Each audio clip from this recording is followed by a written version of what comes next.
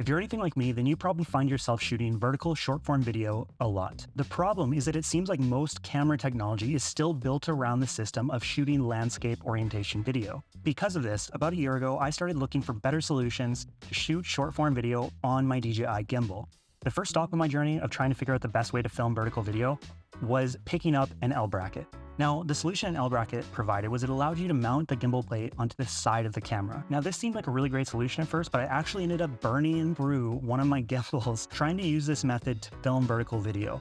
And I'll show you why. So it seems like it would be good, and a lot of people will still argue for this method. But the problem is that the weight is so top heavy that it makes balancing it very difficult. So it makes your motors work really, really hard on the gimbal and burns them out much faster than they would if you had a different solution. Now, the second step of my journey was discovering the DJI R Vertical Mount. So this was actually made by DJI for the RS2, RS3, and RS3 Pro gimbals. All you have to do, take off your horizontal arm, literally just take that, slide it in, lock it in place, take your camera, slide it up, lock it in place, and you are good to go. And so to me, this seemed like a perfect solution, and in many ways it is. So much so that I actually made this video about it last year. When you are filming in normal flashlight mode, you don't have control over the joystick on the Ronin. And I've been using this method ever since. And it's been almost a year since I released that video. I think I have a bit more perspective about the DJI R Vertical Mount, and also maybe some of the flaws that I didn't see when I first bought it. On top of that, since releasing that video, there's been several other options that have come out that simply just didn't exist at the time.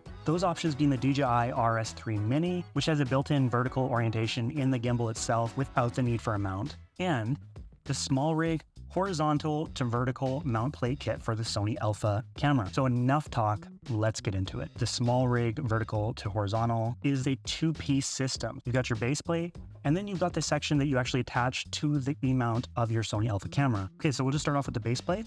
So you just kind of put that in place, screw it on. So do that nice and tight. And then it looks like with the lens mount, there's a couple screws here, which it looks like from the bottom of that screw into the bottom of your camera. So, but again, it doesn't fit over the lens. So I'm literally going to have to take off this lens, line this up. Okay, put the lens back on. So far, it's honestly not that bad, but this little thing where you have to screw them together is a little annoying. That didn't take too long. If you're setting up for, a video shoot, honestly, that's not gonna throw you off.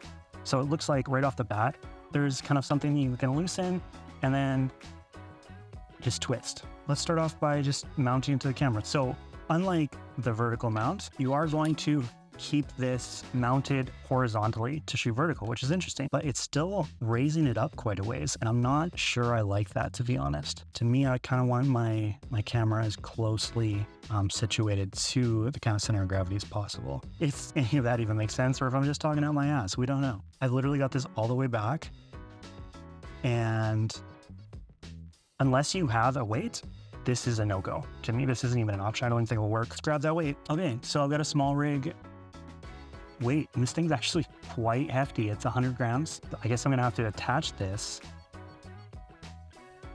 Oh, I think it literally just did it, like barely. Oh my goodness. Okay, so I needed 100 gram weight and a variable ND. See if we can figure this out. Have to quickly balance this. Okay guys, I gotta be honest, I'm already not liking this as an option. I know people raved about it when it came out. I'm like, oh, this is the best thing for your gimbal and shooting vertical. I'm seeing the same issue with it just being a really bad center of balance that I saw with the L bracket. It's far too high up. Now the claim behind this vertical to horizontal thing is once it's balanced, you can just turn it and you're good to go. I've seen so many YouTube videos saying, oh yeah, it's great. Once you balance it, you don't need to rebalance it. You just go vertical, horizontal, saves you time. That's the claim to fame for this one. To me, I don't see how that's gonna be possible because a camera isn't perfectly balanced. It's not the same on every side. I'm really curious. Turning this on, okay. Okay, so this seems fine. Okay, so horizontal. It's working. Works fine. Now, testing the claim. Can you switch it to vertical without having to rebalance? I'm gonna turn this sideways for you guys so that when we turn it, you can see if it tilts at all. Definitely a cool tripod accessory, but is it a good gimbal accessory? Or am I gonna have to rebalance this whole thing? Just turns. Oh, going back to horizontal. Yeah, so horizontal, staying. No. Okay, so pushing vertical fails that test. So I'm gonna have to rebalance this section. Let's check this side. Okay, so we're good. We're nice and balanced this way. Now let's check turning vertical. It's 2 for 2, people. 2 for 2. What happened to all the YouTubers saying that, oh my goodness, you don't have to rebalance this, you're just good to go? No, so far switching from horizontal to vertical, you have to rebalance the whole thing because your camera body is not evenly weighted and not equally designed on every side. Not a good gimbal solution, and they don't advertise it as that. Want to make that clear. SmallRig has nowhere said that this is for gimbals. It's not at all. It says it's for tripods. If you need this for a tripod solution, pick it up. But for all the YouTubers out there saying you don't need to rebalance, you just switch and go, and this is the best vertical filming kind of gadget, I don't know what you guys are doing. That's 100% a lie. I'm gonna return this because there is absolutely no use for this in filming vertical video. $130, $15, $20 for the weight, $65. This is the way to go. I think in the US it's like 40 something. So vertical video king, still here, but you need a bigger gimbal for it. And not everyone wants to spend the price these bigger gimbals cost. The DJI RS3 Mini is cheaper, and if it works well, probably the one that I would recommend. But in practical application, is it as easy as this? Does it balance as well as this? Or is this one still better?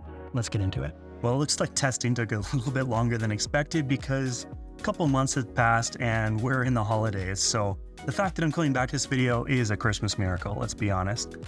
But let's jump into the RS3 Mini versus the RS3 Pro like I've been using. First off, let's get into the size difference.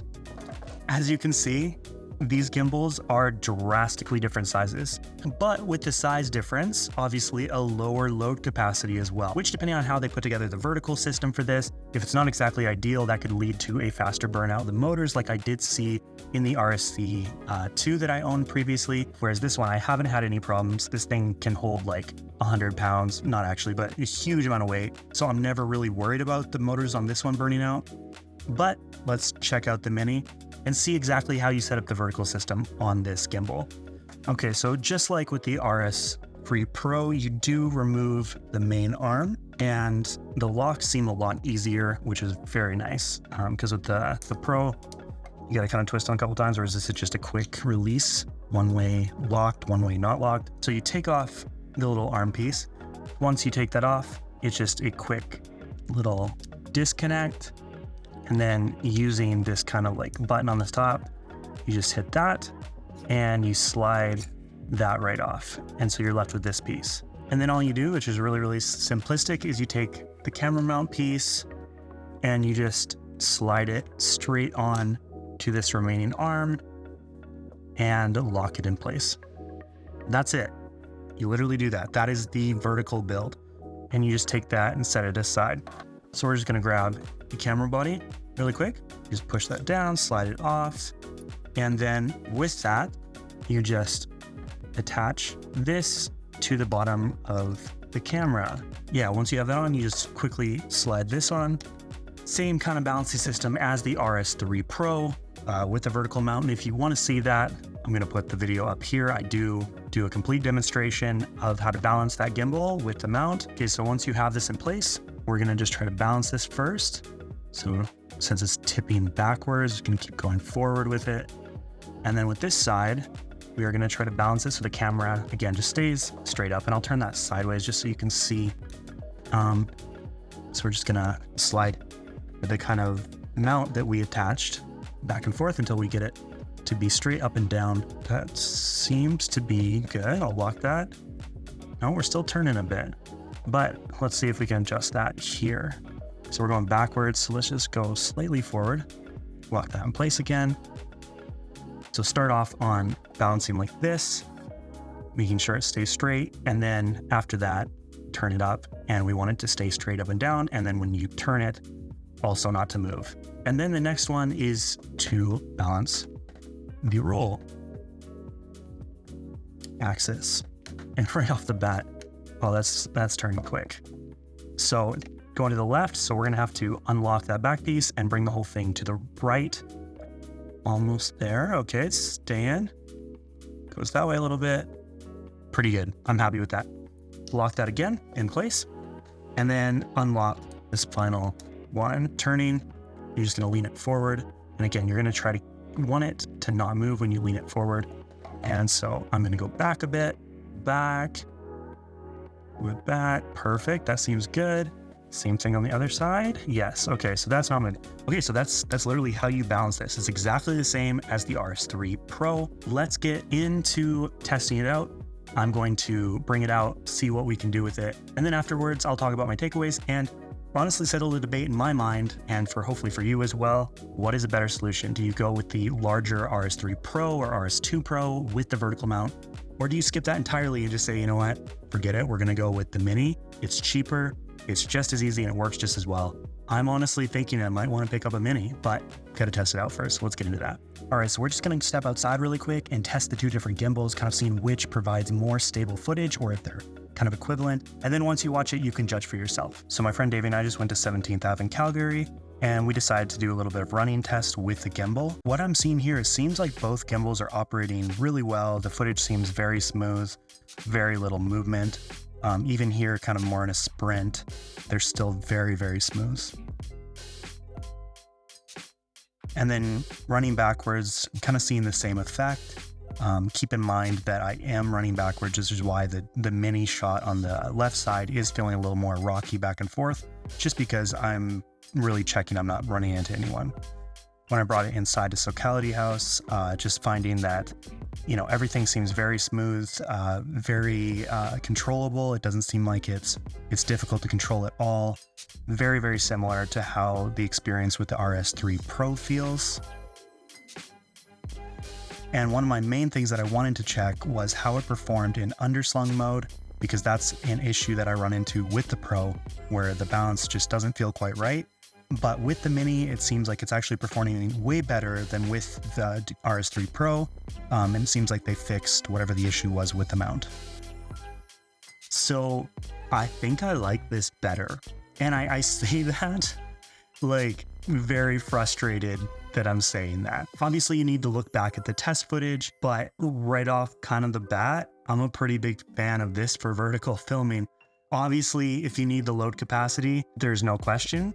This is going to be able to handle more. But having said that, you've got a situation where this is $1,100 Canadian, and this, just looking at it right now, on regular price is $429. This is incredible. It's super easy to use. The control's fantastic. I thought the balancing would be difficult. It wasn't. It was just as easy as balancing with this. I guess at the end of the day, it's like, what was DJI's point behind these gimbals? Guaranteed, the point behind the RS3 Pro was not to run around with a Sony camera on it and be shooting vertical video for social media. And this camera is very much built for creators who want something that super light, they can travel with, and they're going to be shooting and creating a ton of work for social media. This is 1.75 pounds, and this is 3.3 pounds. So about double the weight this one is versus this one. To me, this settles the debate. So the answer of what is the vertical video king? Well, we've struck down brackets, throw the bracket out. L brackets suck for that. We've struck down the SmallRig vertical to horizontal mount. Don't use that. You have to rebalance every single time. It's a pain to put on. And it came down to these two. Who's the vertical video king?